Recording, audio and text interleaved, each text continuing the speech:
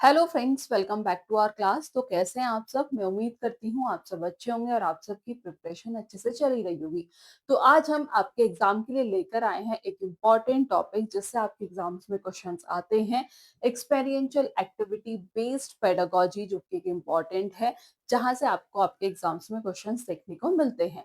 तो उसी से रिलेटेड हम आज की क्लास में क्वेश्चन पर डिस्कशन करेंगे। ये फर्स्ट क्लास होगी उसकी, बाकी रेस्ट ऑफ द क्लासेस भी आपको आगे मिलती रहेंगी। तो स्टार्ट करते हैं आज की क्लास को। क्लास स्टार्ट करने से पहले अगर आप चैनल पर नए हैं और अभी तक भी सब्सक्राइब नहीं किया है तो चैनल को सब्सक्राइब कर लीजिएगा और वीडियो को लाइक करना मत भूलिएगा। तो स्टार्ट करते हैं। लेट्स सी, जो सबसे पहला क्वेश्चन है वो है आपका क्वेश्चन नंबर फर्स्ट है कि during a discussion on cricket, कि किस पर डिस्कशन चल रहा है? क्रिकेट पर डिस्कशन है। क्रिकेट पर चर्चा के दौरान a teacher is pausing question mostly to boys, की जो टीचर है वो क्वेश्चंस पूछ रही है, बट मोस्टली क्वेश्चंस जो वो किससे पूछ रही है, वो लड़कों से मोस्टली क्वेश्चंस पूछ रही है और वहां लड़कियों से क्वेश्चंस नहीं पूछे जा रहे हैं, नोट टू गर्ल्स। तो दिस एक्ट ऑफ टीचर, ये जो एक्ट है टीचर का, ये किसका एग्जाम्पल है? ठीक है, क्वेश्चन में पूछा है कि क्रिकेट पर एक चर्चा के दौरान एक शिक्षक ज्यादातर लड़कों से प्रश्न पूछ रहा है। ठीक है, लड़कियों से नहीं पूछ रहा। तो जो शिक्षक का यह कार्य है, ये जो एक्ट है, ये किसका उदाहरण है? तो ऑप्शन में जो गिवन है वो है, ये जेंडर एम्पावरमेंट का एग्जाम्पल है। तो जेंडर एम्पावरमेंट का मतलब क्या होता है कि giving power and equality to all genders, की बॉयज और गर्ल्स को इक्वल पावर देना, वो होता है जेंडर एम्पावरमेंट। बट क्वेश्चन में के अकॉर्डिंग जो क्वेश्चंस जो पूछे जा रहे हैं वो बॉयज से पूछे जा रहे हैं, गर्ल्स से नहीं। तो जो जेंडर एम्पावरमेंट है वो तो इसका सही आंसर नहीं है। दूसरा ऑप्शन है जेंडर बायस। तो बात तो सही है, यही ऑप्शन क्या होगा? सही। क्योंकि क्या हो रहा है जेंडर बायस से? क्योंकि क्लास में क्रिकेट का डिस्कशन हो रहा है और ये माना जाता है कि जो लड़के होते हैं वो क्रिकेट में अच्छे हैं, तो उनके क्वेश्चंस भी किससे पूछे जा रहे हैं? बॉयज से पूछे जा रहे हैं। तो ये किसका एग्जाम्पल होगा? ये जेंडर बायस का एग्जाम्पल होगा। ठीक है, तो इस केस में जो आपका बी ऑप्शन है ये क्या हो जाएगा? सही आंसर। ठीक है जी, आगे बढ़ते हैं। नेक्स्ट क्वेश्चन है, क्वेश्चन नंबर सेकंड है कि you are a teacher who believe that, कि आप एक अध्यापक हैं जो विश्वास रखते हैं कि children learn at varied paces, की जो बच्चे हैं वो अलग अलग तरीके से सीखते हैं, अलग अलग गति एंड इन डिफरेंट वेज, यानी कि अलग अलग गति और अलग अलग तरीकों से सीखते हैं। तो in your class you will plan assessment which, ठीक है, कि आप एक शिक्षक हैं जो मानते हैं कि बच्चे अलग अलग गति और अलग अलग तरीकों से सीखते हैं। तो अपनी कक्षा में आप ऐसा आकलन योजनाबद्ध करेंगे जो कैसा होगा? इस सेम फॉर ऑल स्टूडेंट, जो सभी बच्चों के लिए क्या होगा? सेम होगा। अभी क्वेश्चन में ही ये बात कही है कि हर एक बच्चा जो है वो अलग गति, अलग पेस और साथ ही साथ वो डिफरेंट तरीकों से सीखता है। तो हम सभी बच्चों के लिए सेम बनाए तो ये तो नहीं है। ठीक है जी, इंक्लूडिव ऑब्जेक्टिव टाइप क्वेश्चंस ओनली, सिर्फ उसमें हम ऑब्जेक्टिव टाइप क्वेश्चंस ही डालें। जहां वर्ड आ गया ओनली तो ये तो ऑलरेडी हो गया गलत। नेक्स्ट है, is not related to how children learn, ये उससे रिलेटेड ही नहीं है कि बच्चे जो हैं वो कैसे सीखते हैं, तो ये भी हो गया गलत। बचा आपका डी ऑप्शन। आप ऑप्शंस को एलिमिनेट करके भी सही आंसर तक पहुंच सकते हैं। और इसमें आपको दिख भी रहा होगा कि is based on different method of assessment, यानी कि आकलन के विभिन्न तरीकों पर क्या होना चाहिए? आधारित हो। ठीक है, डिफरेंट मेथड ऑफ असेसमेंट, जो आपका डी ऑप्शन है ये क्या हो जाएगा? Correct answer. क्योंकि इसमें जो है हम अलग अलग मेथड्स को यूज कर सकते हैं, जैसे प्रोजेक्ट्स, ओरल टेस्ट, प्रेजेंटेशन, जो स्टूडेंट को क्या कर सके, उनकी अंडरस्टैंडिंग को वो डेमोन्स्ट्रेट कर सके खुद के तरीके से। ठीक है, next question, question number third है, seeing a horse a 3 year old child exclaim, ठीक है, कि एक घोड़े को देखकर जो 3 साल का बच्चा है वो कहता है wow such a big dog. ये किसकी तरह दिख रहा है? कुत्ते की तरह दिख रहा है। As per Jean Piaget theory of cognitive development, this response by child, ये जो response है बच्चे का, ये किसका एग्जाम्पल है? क्वेश्चन में पूछा है कि घोड़ा देखकर एक 3 साल के बच्चे ने उत्साहित होकर कहा, वह कितना बड़ा कुत्ता है। तो जीन प्याजे के संज्ञानात्मक विकास के सिद्धांत के अनुसार बच्चे की यह प्रोसेस किसका उदाहरण है? ये एसिमिलेशन का उदाहरण है, या फिर ये मेक बिलीव यानी कि कल्पना का उदाहरण है, या फिर ऑब्जेक्ट परमानेंस का एग्जाम्पल है, या फिर डिफर्ड इमिटेशन का एग्जाम्पल है। तो ये किसका एग्जाम्पल है? ये एग्जाम्पल है एसिमिलेशन का। लेट्स सी एसिमिलेशन क्या होता है। The child add new information to an existing schema. ठीक है, कि उसके एग्जिस्टिंग स्कीमा में नई इंफॉर्मेशन को क्या करना, ऐड करना। Schema does not change, schema जो है वो चेंज नहीं हुआ, क्योंकि जो बच्चा है वो अंडरस्टैंड करने की कोशिश कर रहा है नए ऑब्जेक्ट या नई सिचुएशन को, किसके बेसिस पे? जिसे वो पहले से जानता है। जैसे एग्जाम्पल, उसने घोड़ा यानी कि हॉर्स को देखकर क्या कहा? डॉग कहा, क्योंकि उसे ये पता है कि जो डॉग्स है वो कैसा, जो हॉर्स है वो कैसा दिखता है, वो बड़ा दिख, वो जो हॉर्स है उसके भी कितने पैर होते हैं? 4 लेग एनिमल्स है, और डॉग भी कैसा है? 4 लेग एनिमल्स है। तो चाइल्ड हैज अ स्कीमा, कि चाइल्ड के बच्चे के मन में क्या है? एक स्कीमा है, एक योजना है कि डॉग्स आर 4 लेग एनिमल, की कुत्ता 4 पैरों वाला जानवर है। तो when the child see a horse, जब वो घोड़े को देखता है, ठीक है, जब वो घोड़े को देखता है तो उसे क्या बोल देता है कि वो कैसा है? एक बड़ा कुत्ता है। ठीक है, तो ये क्या हुआ? द चाइल्ड जो है वो क्या कर रहा है? Assimilating horse into the dog schema. तो एसिमिलेशन मतलब नई information plus old schema. In short में बात करूं, new information plus old schema. अगर बात करें इसमें एक और आता है एकोमोडेशन। एकोमोडेशन क्या होता है कि चाइल्ड जो है अपने ओल्ड स्कीमा में क्या करता है? चेंजेस करता है, मॉडिफिकेशन करता है, और नई इंफॉर्मेशन को फिट करता है। स्कीमा चेंज और न्यू वन इज क्रिएटेड, की जो स्कीमा है वो बदलेगा और जो नई इंफॉर्मेशन है वो क्रिएट हो जाएगी। ये जब होगा जब existing schema does not work. तो जो चाइल्ड है, so the child adjust thinking. जैसे example, after someone explain that a horse is not a dog, कि उस बच्चे को, जब बच्चे को बताया जाता है कि जो घोड़ा कुत्ता नहीं है, तो जो चाइल्ड है, जो बच्चा है, वो सीखता है कि कुत्ता और डॉग्स जो हैं वो, एक जो डॉग और हॉर्स है वो अलग अलग एनिमल्स हैं। तो child now create a new category of horses. ठीक है, तो वो एक नई इंफॉर्मेशन को क्या कर लेता है? फिट कर लेता है। तो एकोमोडेशन क्या होता है? स्कीमा चेंज और टू फिट न्यू इंफॉर्मेशन। तो दैट इज एसिमिलेशन और एकोमोडेशन। तो इनमें आपको डिफरेंस पता होना चाहिए। आफ्टर दैट नेक्स्ट क्वेश्चन आता है, क्वेश्चन नंबर 4 है कि classroom environment has a significance on children learning. ये तो जरूरी है कि जो कक्षा का वातावरण बच्चों के सीखने पर महत्वपूर्ण प्रभाव डालता है। Okay, to inculcate a culture of mastery oriented learning, की निपुणता उन्मुख सीखने, यानी कि किस पर? समझ पर केंद्रित सीखने की संस्कृति विकसित करने के लिए कक्षा का जो वातावरण है, जो एनवायरमेंट है, वो कैसा होना चाहिए? ऑप्शन देख लेते हैं। वो परफॉर्मेंस ओरिएंटेड होना चाहिए।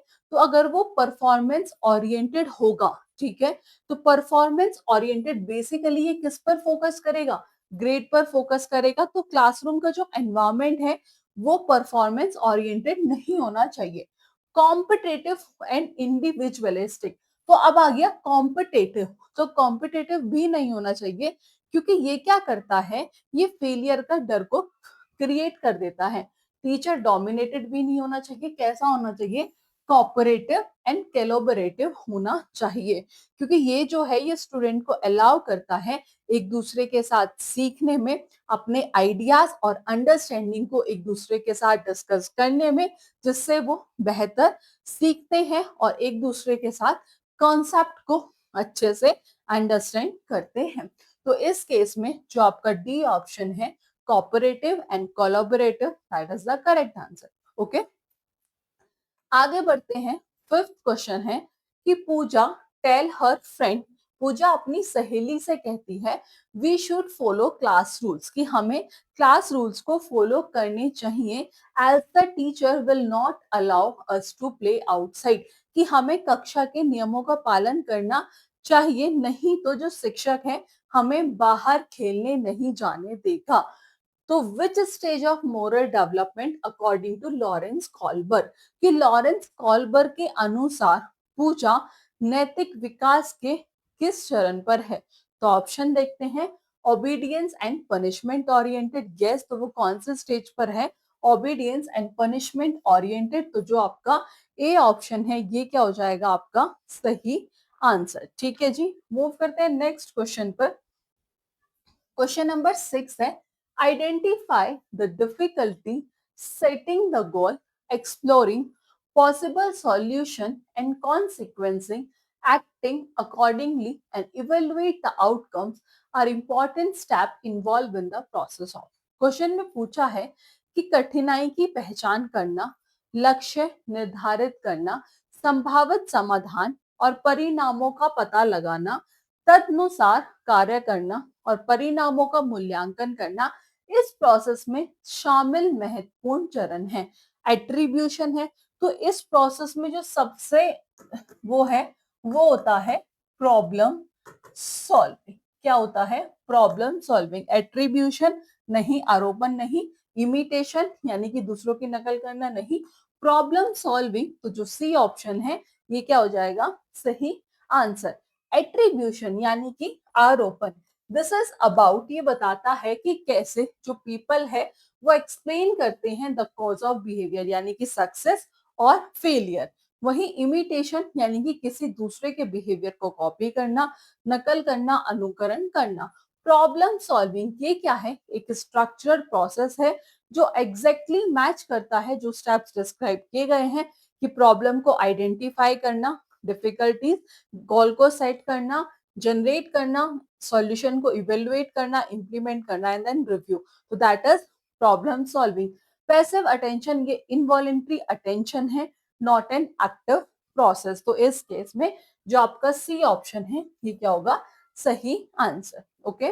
नेक्स्ट क्वेश्चन है, क्वेश्चन नंबर 7 है कि which of the following is an inappropriate way, इनमें से कौन सा इनएप्रोप्रिएट वे किसका है of using feedback as a motivator, कि निम्नलिखित में से कौन सा प्रोसेस फीडबैक को प्रेरक के रूप में उपयोग करने का एक अनुपयुक्त तरीका है. तो पहला ऑप्शन है कि जो feedback concentrated on the ability of the student, कि प्रतिक्रिया छात्र की क्षमता पर केंद्रित होना चाहिए. तो यही क्या है, ये एक इनअप्रोप्रिएट तरीका है. बाकी भी देख लेते हैं. Feedback focus on the process of an activity, बात तो सही है. तीसरा है फीडबैक जो होना चाहिए इन डिस्क्रिप्टिव स्टाइल, जो रिलेटेड किससे स्टूडेंट के काम से, बात तो ये भी सही है.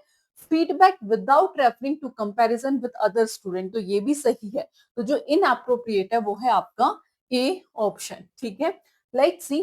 तो feedback concentrated on the ability, तो ये कैसा है? ये इनअप्रोप्रिएट है, क्योंकि प्रेजिंग या फिर क्रिटिसाइजिंग इनहेरेंट एबिलिटी, जैसे you are so smart and you are not good at this and this and this, तो ये क्या करता है? ये एक फिक्स माइंडसेट को लीड करता है और ये मोटिवेशन को रिड्यूस करता है जब चैलेंजेस आते हैं. दूसरा ऑप्शन था कि feedback focus on the process, यानी कि किस पर केंद्रित है? प्रोसेस पर. तो ये अफेक्टिव होता है, ये एफर्ट, स्ट्रेटेजी, इन पर क्या करता है? फोकस करता है कि I like how you try different methods, की मुझे पसंद है आप कैसे अलग अलग तरीके जो हैं वो ट्राई कर रहे हैं. तो वो एक अच्छे माइंडसेट को क्या करता है? ग्रो करता है और उससे मोटिवेशन आता है. तीसरा है कि जो फीडबैक है वो डिस्क्रिप्टिव स्टाइल में होना चाहिए, क्योंकि ये एक स्पेसिफिक और एक्शनेबल इंफॉर्मेशन क्या करता है? प्रोवाइड करता है. फीडबैक विदाउट कंपैरिजन यानी कि तुलना के बिना होना चाहिए, ये भी इफेक्टिव होता है, क्योंकि ये सेल्फ इंप्रूवमेंट को क्या करता है? प्रमोट करता है कि रेदर देन कंपटीशन. ठीक है, अब देखते हैं. एक क्वेश्चन है कि always ask boys to do task such as moving the furniture, and girls to keep the class teachers tidy and decorative. ठीक है, कि हमेशा लड़कों से कहा जाता है कि एक शिक्षक हमेशा लड़कों से क्या कहता है कि आप फर्नीचर हिलाएं, मतलब फर्नीचर को सही करें, जैसे कार्य करने के लिए कहता है, और वही लड़कियों से कक्षा में साफ सुथरा और सजा हुआ रखने के लिए कहता है। तो ये धारणा उपयुक्त नहीं है, क्योंकि ये किसका एग्जाम्पल है? ये जेंडर स्टीरियोटाइप का एग्जाम्पल है। तो यस, ये किसका एग्जाम्पल है? जेंडर स्टीरियोटाइप यानी कि लैंगिक रूढ़िवादिता का एग्जाम्पल है। तो ए ऑप्शन क्या होगा सही आंसर।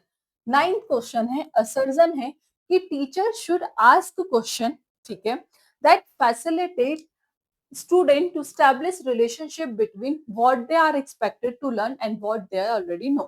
कि शिक्षक को ऐसे प्रश्न पूछने चाहिए जो छात्रों को उनके द्वारा सीखे जाने वाले अपेक्षित चीजों और उनके द्वारा पहले से ज्ञात चीजों के संबंध स्थापित करने में सहायता करे।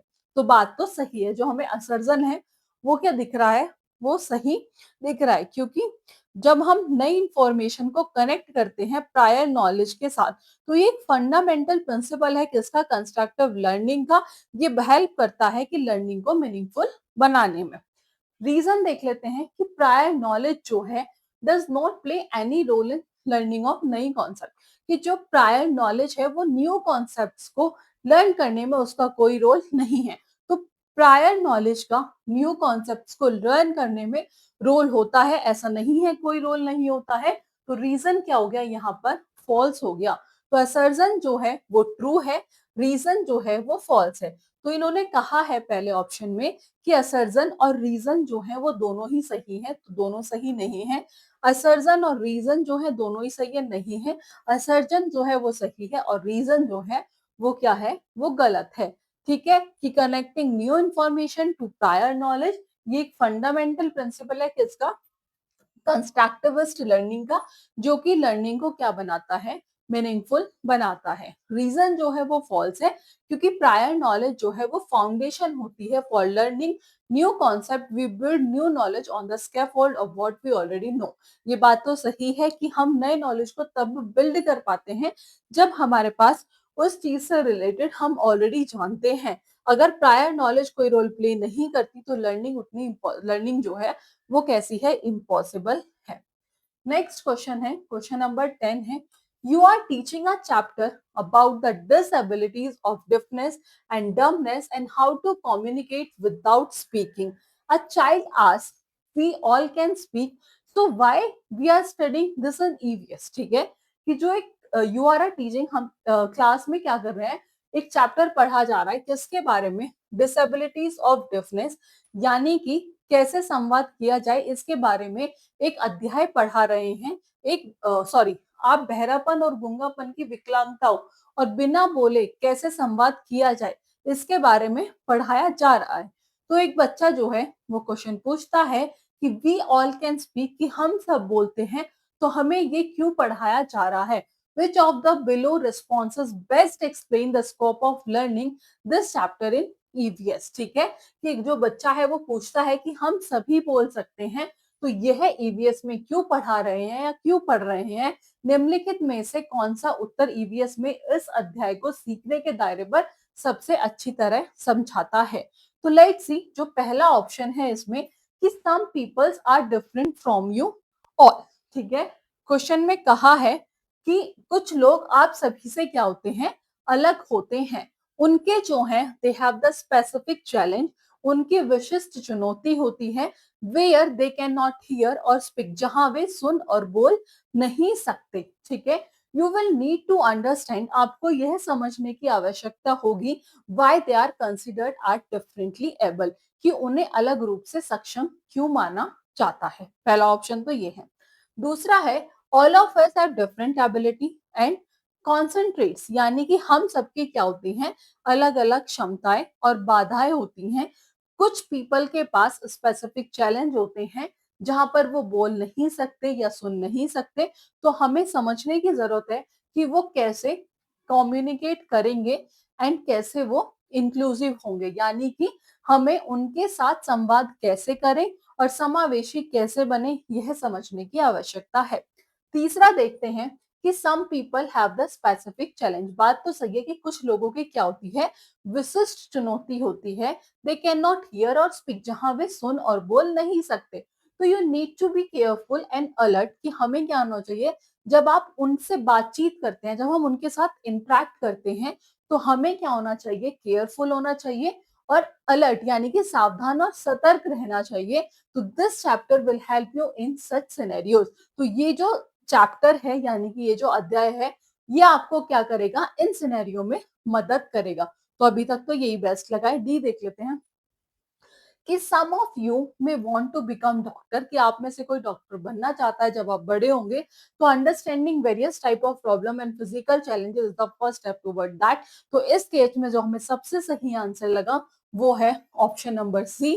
तो जो सी ऑप्शन है वो क्या हो जाएगा आपका सही आंसर। एक सेकेंड एक सेकेंड, ओके। जो बी ऑप्शन था वो था आपका all of us have different ability in concentrate, some people have the specific challenge where they can not hear speak, we need to understand कि हाउ टू, हाँ कैसे हम उनके साथ क्या करेंगे, कम्युनिकेट करेंगे और विद दैम इंक्लूसिव और समावेशी बनेंगे। तो इसमें जो बी ऑप्शन है ये क्या हो जाएगा आपका सही आंसर, क्योंकि हमें इसमें बेस्ट बताना है। ठीक है, तो B option that is the correct answer. ठीक है, नेक्स्ट देखते हैं 11th है, you have brought 15 chart papers to your classroom for students to use in their projects for an upcoming exhibition. ठीक है, आप एक आगामी प्रदर्शनी के लिए छात्रों द्वारा उनकी परियोजनाओं में उपयोग करने के लिए अपनी कक्षा में 15 चार्ट पेपर लाए हैं। You have told students that the chart paper will not be replaced once finished and they will have to use it wisely. ठीक है, कि आपने छात्रों से कहा कि चार्ट पेपर समाप्त होने के बाद प्रतिस्थापित नहीं किए जाएंगे और उन्हें इसका बुद्धिमानी से उपयोग करना होगा। तो which of the below activity would least help student engage on the idea of using resource judicially that are limited supply। Question में पूछा है कि निम्नलिखित में से कौन सी गतिविधि सीमित आपूर्ति में मौजूद संस्थानों का विवेकपूर्ण उपयोग करने के लिए विचार पर छात्रों को संलग्न करने में सबसे कम मदद करेगी। तो लेट्स सी, पहला है discussing project that do not need chart paper and how they can still be good option for the science exhibition, कि ऐसे प्रोजेक्ट पर चर्चा करना जिनमें चार्ट पेपर की आवश्यकता नहीं है, कैसे वे विज्ञान प्रदर्शनी के लिए अभी भी अच्छे विकल्प हो सकते हैं। दूसरा है कंडक्टिंग अ पोल कि how many charts paper different student require and asking them to compare this with the number of chart paper available. तीसरा है कि brainstorming on idea for reducing the use of chart paper in project.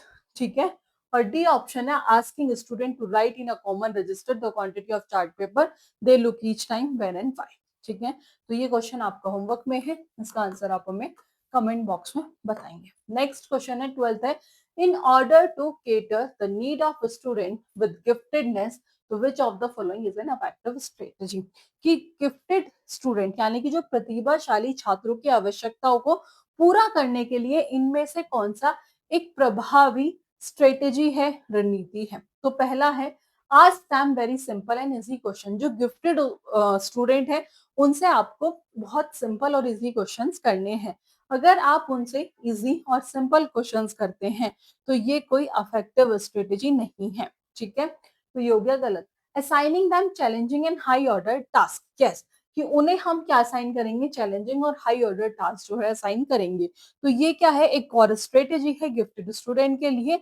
They need task जो उन्हें required होने चाहिए critical thinking के लिए, creativity के लिए, ठीक है, जिनसे उनकी अंडरस्टैंडिंग और बेटर हो। तो उस केस में क्या होगा, जो बी ऑप्शन है ये क्या हो जाएगा सही आंसर। 13 क्वेश्चन है, a teacher is asking student, कि एक शिक्षक छात्रों से अपनी to think about their own thinking process. ठीक है, कि एक शिक्षक छात्रों से अपनी स्वयं की सोचने की प्रोसेस के बारे में सोचने के लिए कहता है। तो ये किस which kind of skill she is focusing to develop among student, कि वह छात्रों को किस प्रकार के कौशल को विकसित करने पर ध्यान दे रही है। तो ये होता है आपका Meta cognitive thinking about thinking. तो डिक्लेरेटिव नहीं, मेटा कॉग्निटिव जो बी ऑप्शन है ये क्या हो जाएगा आपका सही आंसर। नेक्स्ट देखते हैं, ठीक है, डिक्लेरेटिव देख लेते हैं। दिस रेफर टू नॉलेज किसके ऊपर, फैक्ट्स एंड डेटा के ऊपर। Metacognitive that is thinking about one's own thinking, ठीक है, ये क्या, इसमें क्या इन्वॉल्व होती है, प्लानिंग होती है, मॉनिटरिंग होती है, इवेल्युएटिंग होती है खुद की लर्निंग के बारे में, and thought process which is exactly what the teacher is asking student to do. Okay, question number 14 है फॉर्मुलेटिंग न्यू क्लैरिफिकेशन, कि नए क्लैरिफिकेशन को क्या करना, तैयार करना। Going beyond the simple application of previously learn rules to achieve goal, यानी कि एक लक्ष्य को प्राप्त करने के लिए पहले से सीखे गए नियमों के सरल अनुप्रयोग से परे जाना। And evaluating the outcomes are important part of, और परिणामों का मूल्यांकन करना इन चीजों का महत्वपूर्ण भाग है। एसिमिलेशन का, मिसकंसेप्शन का, या फिर प्रॉब्लम सॉल्विंग का, तो किसका है, प्रॉब्लम सॉल्विंग का। तो जो सी ऑप्शन है ये क्या हो जाएगा सही आंसर। 15 क्वेश्चन है आपका। नेक्स्ट जो है 15 क्वेश्चन है वो है you have brought one large bottle of glue to your classroom for a student to use for their projects for an upcoming exhibition, ठीक है। क्वेश्चन में कहा है कि सीमित, सॉरी, क्वेश्चन में पूछा है कि आप एक आगामी प्रदर्शनी यानी कि क्या है, प्रोजेक्ट्स के लिए छात्रों द्वारा उनकी परियोजनाओं में उपयोग करने के लिए अपनी कक्षा में गोंद की एक बड़ी बोतल लाए हैं। यू हैव टोल्ड स्टूडेंट, आपने छात्रों से कहा है कि bottle will not be replace once finish, की बॉटल को रिप्लेस नहीं करना है खत्म होने के बाद, and they will have to use wisely, तो आपको उसका बुद्धिमानी से ही उपयोग करना है। विच ऑफ बिलो एक्टिविटी, इनमें से कौन सी एक्टिविटी ऐसी है जो बच्चों को हेल्प करेगी engage on the idea of conserving resources that can not be brought back. तो लेट्स सी, पहला है put up a poster that display the project where glue can be used और वेयर इट कैन नॉट, कि एक poster लगाएं जो उन्हें परियोजनाओं को प्रदर्शित करे जहां गोंद का उपयोग किया जा सकता है और जहां नहीं, ठीक है। दूसरा है कि कंडक्ट अ क्लास सर्वे, कि यह पता लगाने के लिए एक कक्षा क्या करे, सर्वे करे कि कितने छात्रों की उनकी परियोजनाओं के लिए किसके लिए गोंद की आवश्यकता है। तीसरा है distribute the glue equally to all student, की ग्लू को सभी स्टूडेंट को इक्वली डिस्ट्रीब्यूट किया जाए। And see who has how much left at the end of the week, और ये देखा जाए कि सप्ताह के लास्ट में किसके पास कितना बचता है। डी है आस्क स्टूडेंट, बच्चों से कहा जाए कि to write in a common register how many spoon of glue they took in time when and why, तो इस केस में जो सी ऑप्शन है ये क्या होगा आपका सही answer. Poster, this is passive method, ठीक है, let's see. Okay, this is passive method, ये क्या है, ये आपको इंफॉर्मेशन प्रोवाइड करता है but does not actively engage student in the conservation process. Class survey जो है ये हेल्प करता है प्लानिंग में, बट ये डायरेक्टली जो है वो लीड नहीं करता, does not lead to responsible action of person और पर्सनल अकाउंटेबिलिटी। जब हम इक्वली डिस्ट्रीब्यूट करते हैं, सी हु मतलब कितना बचा है, तो ये मोस्ट इफेक्टिव है। ये क्या करता है, it make conservation personal and tangible. Each student is given in a fix, मतलब एक फिक्स अमाउंट में दिया जाएगा, लिमिटेड रिसोर्स होगा, और directly responsible for managing it, कि उन्हें कैसे उस चीज को मैनेज करना है। तो ये देखा जा सकता है कि किसके पास कितना बचता है, जो एक नेचुरल रिफ्लेक्शन को क्रिएट करता है, ठीक है। तो इस केस में जो सी ऑप्शन है ये क्या होगा सही आंसर। 16 क्वेश्चन है आपका। A teacher uses a widely accepted computer program that tender a 3D representation of Earth based on satellite imagery to teach her student various aspects of the Earth. तो question में पूछा है कि compare to traditional map book what advantage does this application have an instructional tool? तो पहला option है कि it develop the habit of independent study in student, कि यह छात्रों में स्वतंत्र अध्ययन की आदत विकसित करता है। तो इस केस में जो बोथ टूल्स है ये कैसे होंगे, can be use for independent study, ठीक है। एक दूसरा है it help activate student prior knowledge on the earth. तीसरा है it help student in understanding the position of countries better, ठीक है। और दूसरा it help student in understanding landscape better. तो जो डी ऑप्शन है ये क्या हो जाएगा आपका सही आंसर, ठीक है। तो अंडरस्टैंडिंग लैंडस्केप ठीक है, तो ये एडवांटेज है कि 3D रिप्रेजेंटेशन जो है वो दिखाएगा माउंटेन्स, वैलीज, ओशियन, ट्रेंचेस और अदर ट्रोपोलॉजिकल फीचर्स को in a way a flat 2D map can not. तो ठीक है, आपको दिख रहा होगा। तो जो सी ऑप्शन है ये क्या है, 2D मैप बुक है, is often very affected for understanding the relative position of country, but जो ज्यादा इफेक्टिव है वो है डी ऑप्शन। ठीक है, आफ्टर दैट क्वेश्चन नंबर 17 है, Amrit reason that we can change law. ठीक है, कि अमृत तर्क देता है कि हम कानून को बदल सकते हैं if they do not meet the needs of the society but it should be done through the mutual agreement and democratic process. Amrit तर्क देता है कि हम कानून को बदल सकते हैं यदि वे समाज की आवश्यकताओं को पूरा नहीं करते हैं, लेकिन ये आपसी सहमति और लोकतांत्रिक प्रोसेस के माध्यम से किया जाना चाहिए। तो लॉरेंस कॉलबर्ग के अनुसार अमृत नैतिक तर्क किस चरण में अंतर्गत आता है, सोशल ऑर्डर ओरिएंटेशन में, सोशल कॉन्ट्रैक्ट ओरिएंटेशन में, या फिर यूनिवर्सल एथिक्स प्रिंसिपल में, या गुड बॉय और गुड ओरिएंटेशन में। तो वो आता है सोशल कॉन्ट्रैक्ट ओरिएंटेशन में। तो सोशल ऑर्डर ओरिएंटेशन जो है एट दिस स्टेज, स्टेज 4 है, ये किस पर फोकस करती है, ये सोशल ऑर्डर्स को maintain is on maintaining the social order for its own shape। ठीक है, इसमें जो लॉज है वो फिक्स होते हैं and should be obey to avoid job.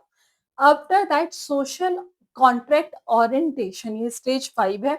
Individual recognize that laws are social agreement, जिसे चेंज किया जा सकता है सोसाइटी के बेनिफिट्स के लिए थ्रू डेमोक्रेटिक मीन्स। तो Amrit reasoning perfectly fit at this stage. ठीक है, यूनिवर्सल एथिक प्रिंसिपल, ये स्टेज 6 होती है। मॉरलिटी किसके ऊपर बेस्ड है, on self chosen abstract ethical principle, यानी कि justice, equality that may transcend written law.